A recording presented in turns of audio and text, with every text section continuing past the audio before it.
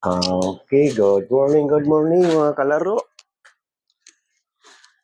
Narito na naman tayo at nalampasan tayo ng isang araw kahapon. Medyo busy lang kasi ako kahapon kaya hindi ako nakapagluto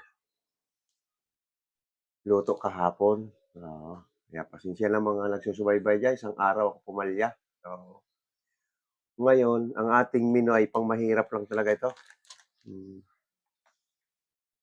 Mayroon tayong tilapia at saka galunggong.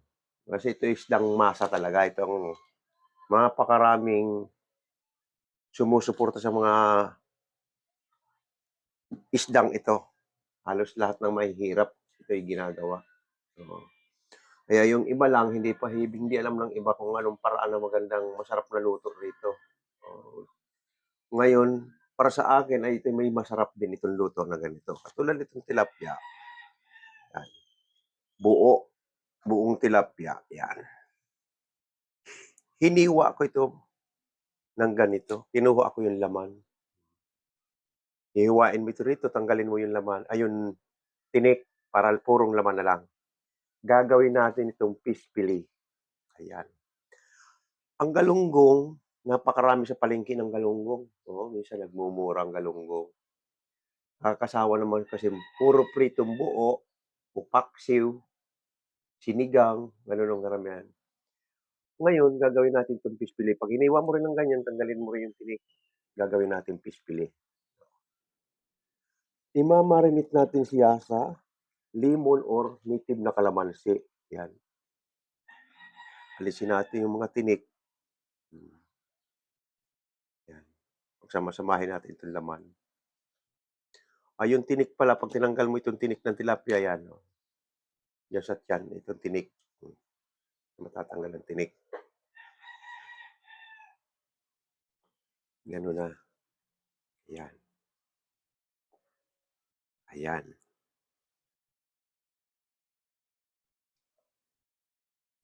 Pipigan lang natin ng lemon. Lemon or kaya kalamansi. Oh. Ngayon, pag wala ka naman itong Maggi seasoning, patak lang na soy sauce. Siguro po 1 spoon o spoon. Kasi hindi natin pwedeng lagyan ng marami nito kasi pag prinito mo, maitim yung pinagkakalalabasan kaya kaunti lang nito. Maitim ang kalalabasan pag nilagayan mo soy sauce at black pepper. Yan. At itong Maggi Magic Seasoning. Yan. Yan. Ganyan, ganun lang ating pagmamarinate ito.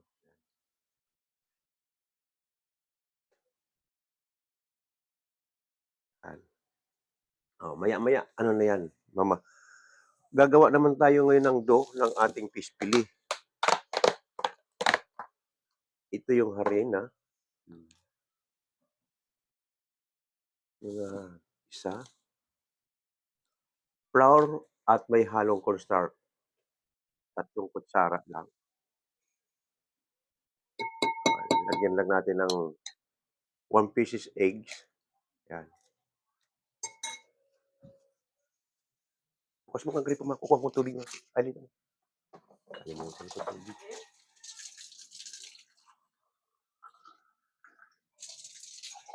Ayan. Pag hinalo mo na ito, yan, lalagyan mo rin ng kaunting black pepper.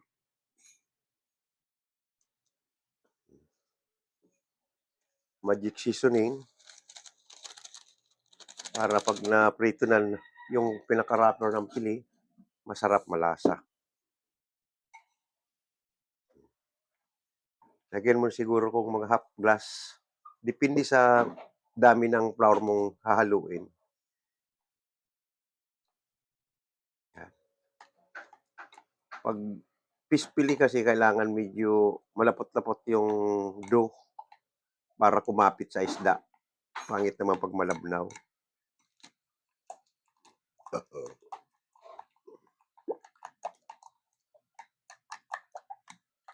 Depende sa dami mong ginagawa nito. Ito, 4 na kutsara lang na harina kaya 1 pieces eggs.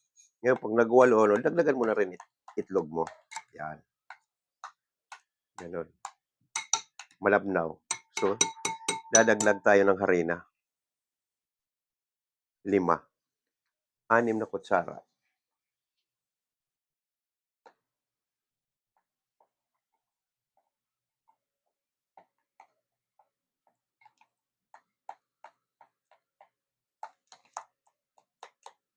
Malabnaw pa rin yung 6 na kutsara, nasobrahan ko sa tubig.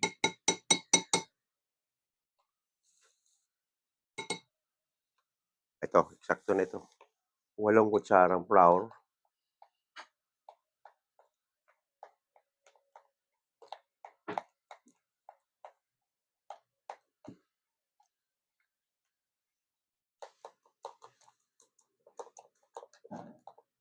Ayan, tamang-tama lang 'to.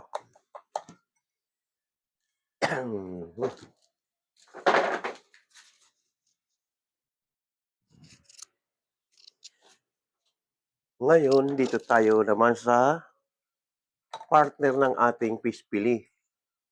Ano ba ang dapat i-partner natin sa fish fillet? Kaya nga sabi ko sa inyo ay ito'y minong pangmahirap lang ito. Ito naman ay ginayat-gayat kong sayote. Oo, 'yan, sayote ito. 2 piraso lang itong malaki ng kaunti rito. Pero may kakain itong good for 6 person siguro, 6 to 7 person ang kakain nito. Ayan, gagayat-gayatin niyo lang ng pino. Igigisa naman natin dito sa pork, baboy, ayan, bawang, onion, celery, kamatis. Ako kasi mahilig ko sa kamatis kaya 'pag ako naggigisa ng mga gulay, gusto ko lasap na lasap ko yung asim-asim ng kamatis. Yung iba ayaw naman nila maasim daw. So ngayon kung ayaw mo naman ng maasim, huwag mong lagyan ng kamatis, puwede rin na aswete, pampakulay. Kung ayaw mo naman ng may kulay, plain, wala na, alisin mo na lang bawang, sibuyas. Pero ako naman kasi, dahil sa may edad na ako, ay senior na ako, nababasa ko na ang kamatis maraming binibigay na benefit sa matatanda. Lalong-lalo na yon incoming na sa diabetic or high blood, ang ating kamatis mayroon tayong benefit na nakukuha diyan sa kamatis. Lalong-lalo na celery, ayan. 'Pag nagisa na natin, 'yan, pakikita ko sa inyo step by step. Okay, let's go na tayo sa kusina.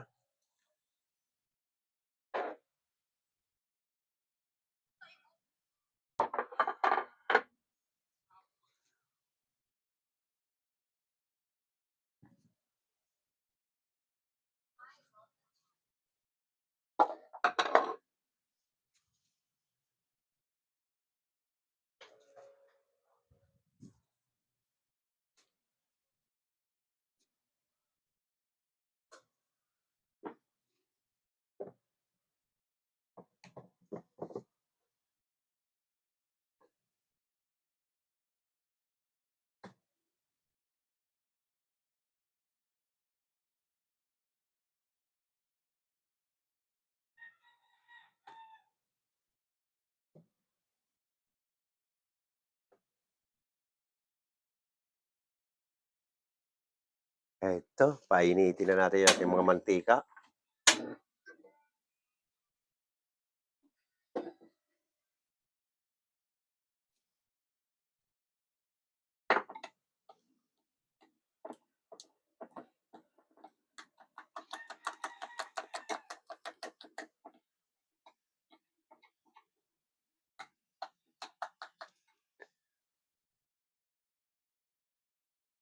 Ito, habang pinapainit natin ating cooking oil.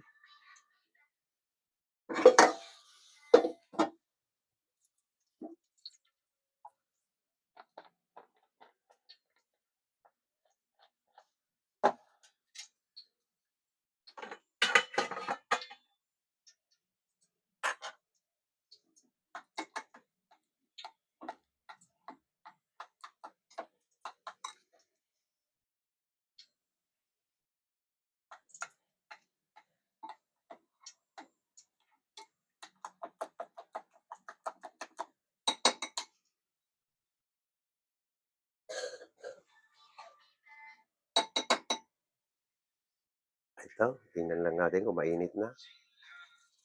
Medyo malamig pa.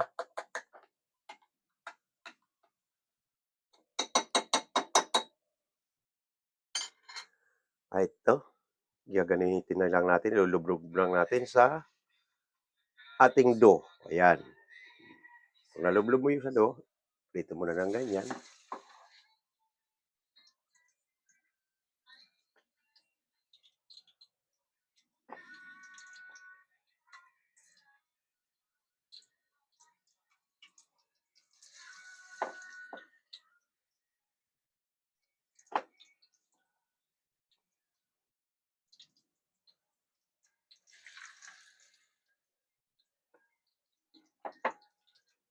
'Yung pagma-marinate nito, puwede mo rin lagyan ng time na kahit na sumobra sa kahit 20 minutes. So, pero kung wala ka ng oras katulad ng ginawa ko ngayon ay halos rektahan, puwede naman kasi isda lang 'to, eh. Kakapit naman kaagad yung alat ng ating pagma-marinate. Hindi ko na nga nilagyan ng asin 'to kasi yung Magic Sarap, maalat na Magic Sarap. Hindi ko na nilagyan ng asin. Tapos yung Knorr seasoning, maalat din 'yan. Okey.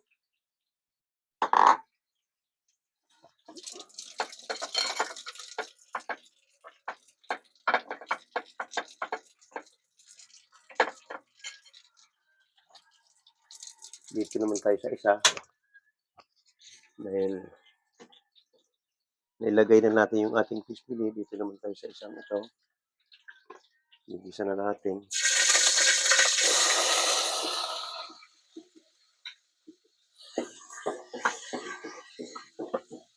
Habang pinapa-brown natin ang ating garlic,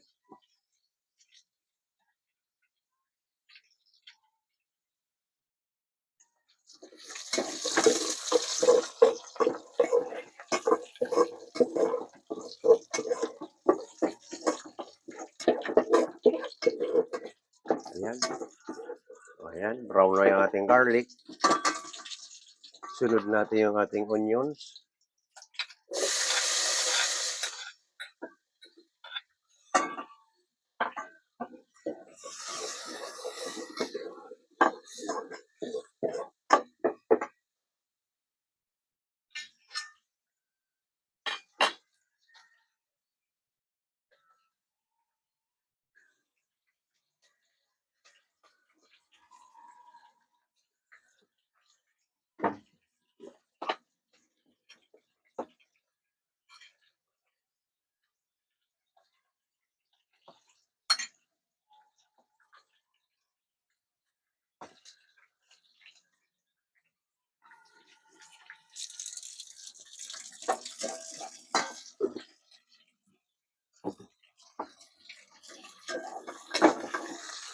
Okay, brown na rin natin yung onion.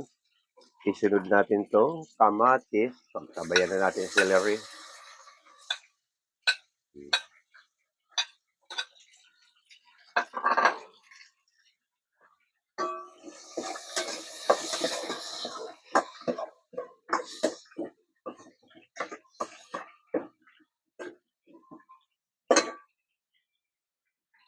Ito, tinan mo, dali lang mag-brown ito ng ating fish fillet.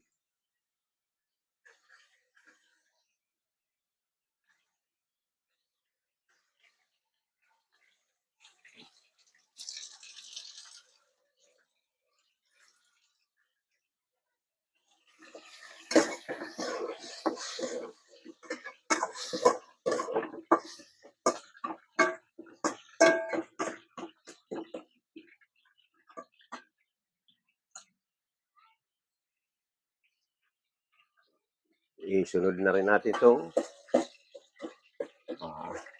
baboy pag katulad nito nalulusaw na yung kamatis, ay nagkakatas na yung kamatis, ibig sabihin nagigisang-gisa na ito. Sunod na natin yung baboy habang ito na. Ayan.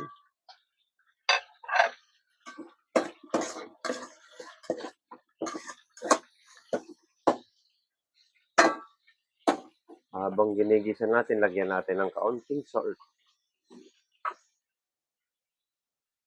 Ayan. Isang kutsara at kalahati lang, baka sumobra naman sa alat.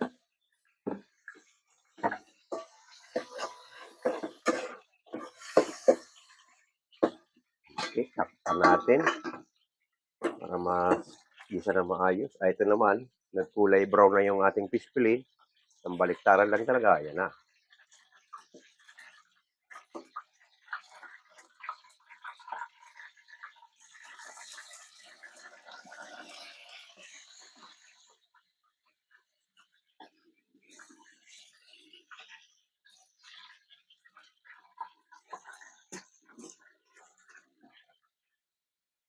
Ayan. Ganda na ng kulay. Nagkulay brown na yung ating fish fillet. Kitang-kita na yung pagbabrown ng ating fish fillet.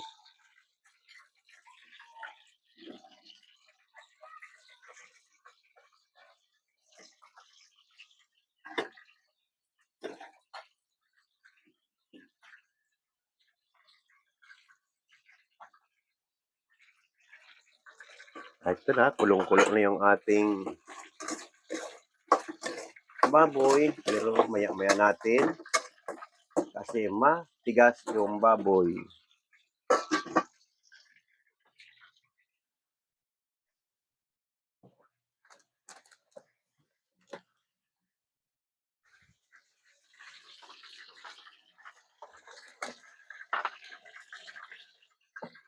Lagyan natin ng half glass water. Lagyan natin pampalambot ng baboy. Pangit naman masabaw kasi yan. Ginis ang gulay. Akin sus lang.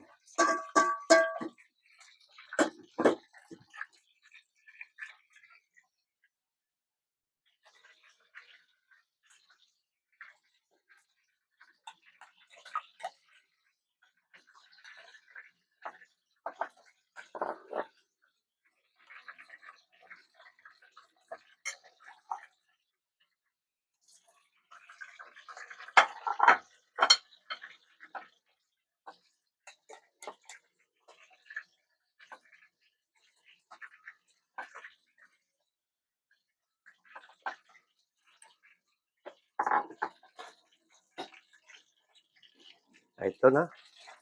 Ang ating fish fillet. Pangit naman ma-overcook.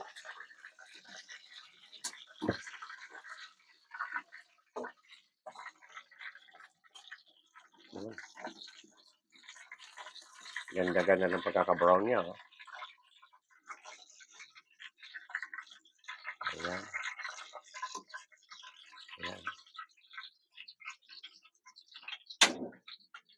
Ngayon, kung wala kang paglalagay katulad nito, wala naman sa amin mahilig dito sa isda ng ulo, kundi ako lang, ay iprito ko na rin ito para lumutong. Oh. Yung mga bata, hindi naman kumakain ng ulo na yan. Matigas daw. Matinik. Takot silang matinik. Okay, sa itapon mo, gagawin ko ngayon ng crispy para malambot yung tinik.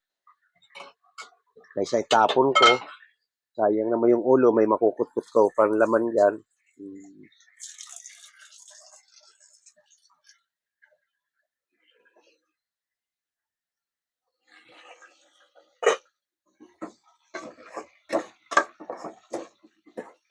Ayan. Durog na yung kamatis, lahat ng pinanggisa natin, durog na isa pa. Kasi madali lang maluto yung sayote.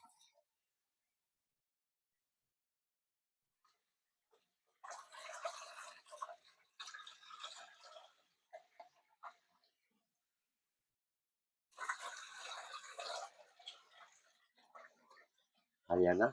Lagay na natin ito ating sayote.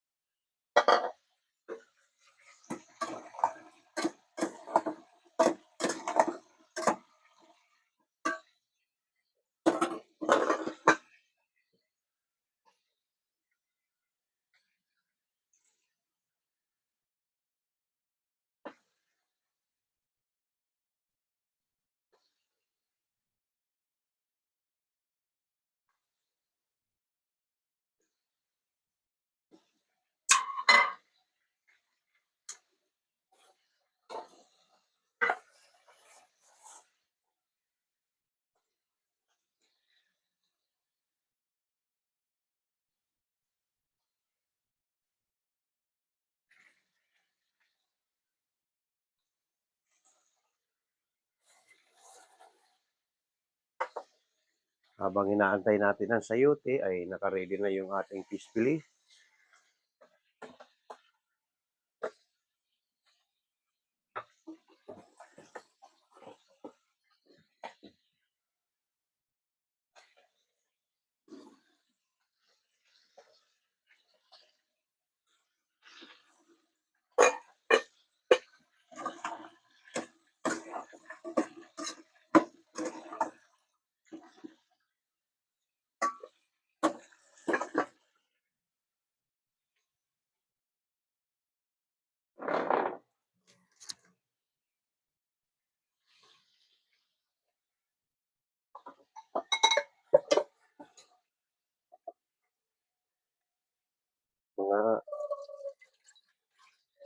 Mga 15 to 20 minutes. Tama-tama na yan, malambot na yung ating sayote.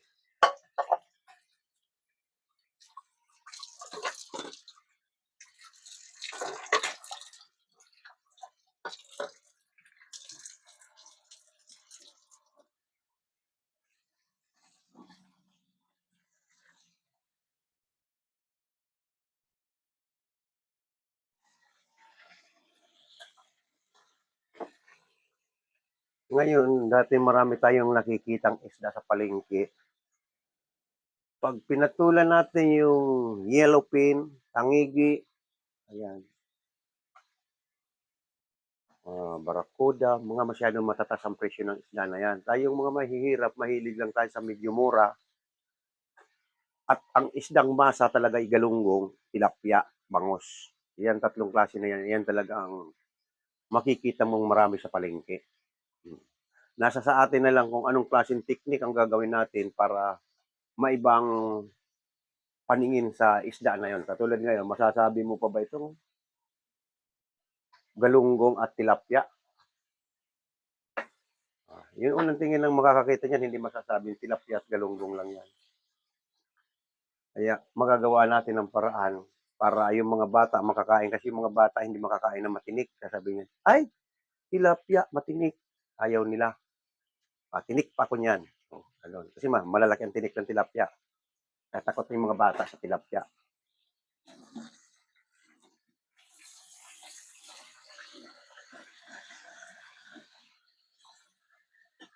Sa gulay naman, sasabihin naman ng bata, ay gulay, ayaw ko niyan. Ay, ang ginawa kong teknik niya sa sahog, lalo na sa baboy, medyo lalakyan kong hiwa para ayaw niya man kumain ng gulay, may mapipili siyang sahog. Sahog ng baboy.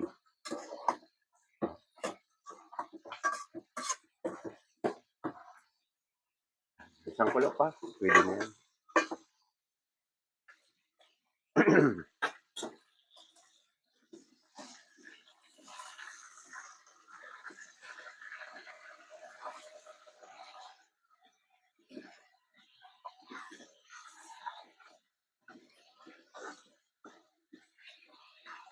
Ayan yung katawan ng tilapia, pinirito ko na lang at wala naman ibang kakain ito kundi ako.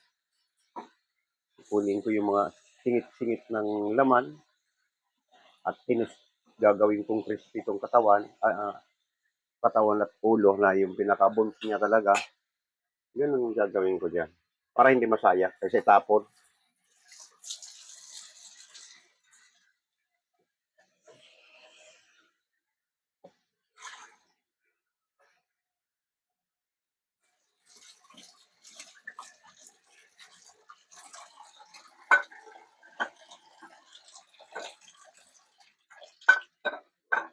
Ito, titimplahan na natin ang ating gisadong sayote.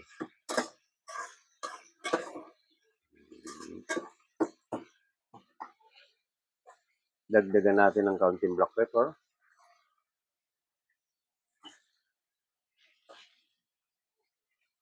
Magi.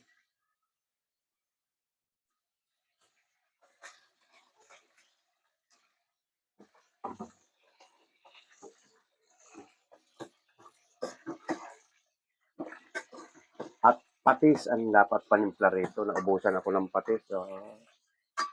Naubusan ako ng patis.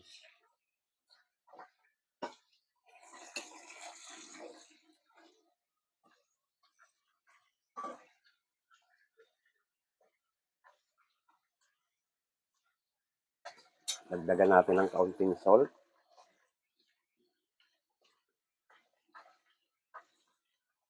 Okay. Mamaya maalat yung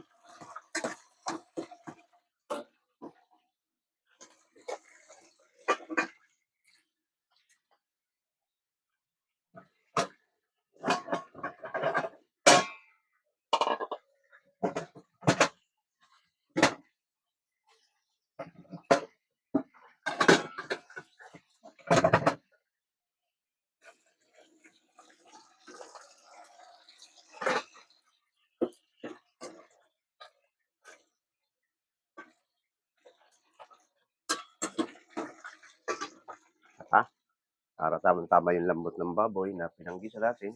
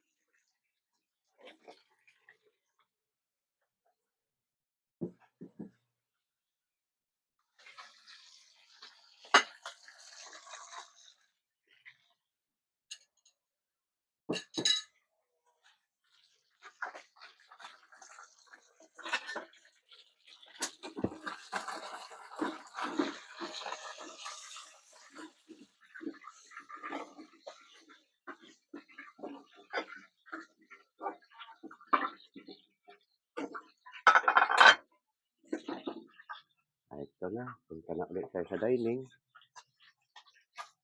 Okay.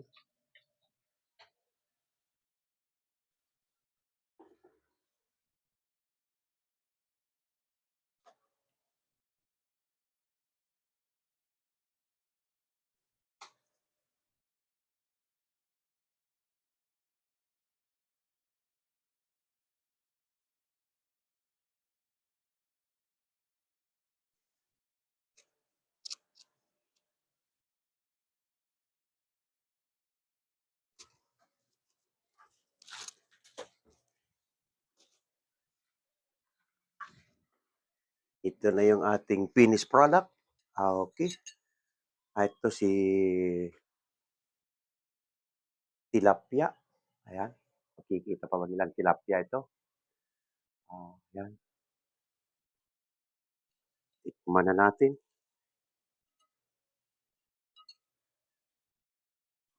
Yun, malutong. Malutong na malutong yung pagkaka-wrapper ng fish fillet natin. Sabayan natin itong gisadong sayote. Yun mo, usok-usok pa.